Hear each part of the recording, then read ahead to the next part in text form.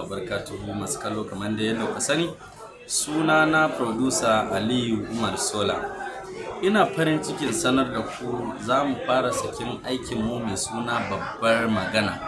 Fim namu mai suna Babbar Magana zai fara zuwa muku ranar 13 ga watan 6 da misalin karfe 8 na dare a YouTube channel namu mai suna Mai Nasibi TV. Domin ganin gagarumin aikinmu, ku tafi YouTube channel mai suna Mai Nasibi TV, ku danna subscribing, ku danna alamar kararrawa, saboda babbar magana sai wanda ya gani, saboda ya bambanta da sauran fina-finai da kuka saba gani.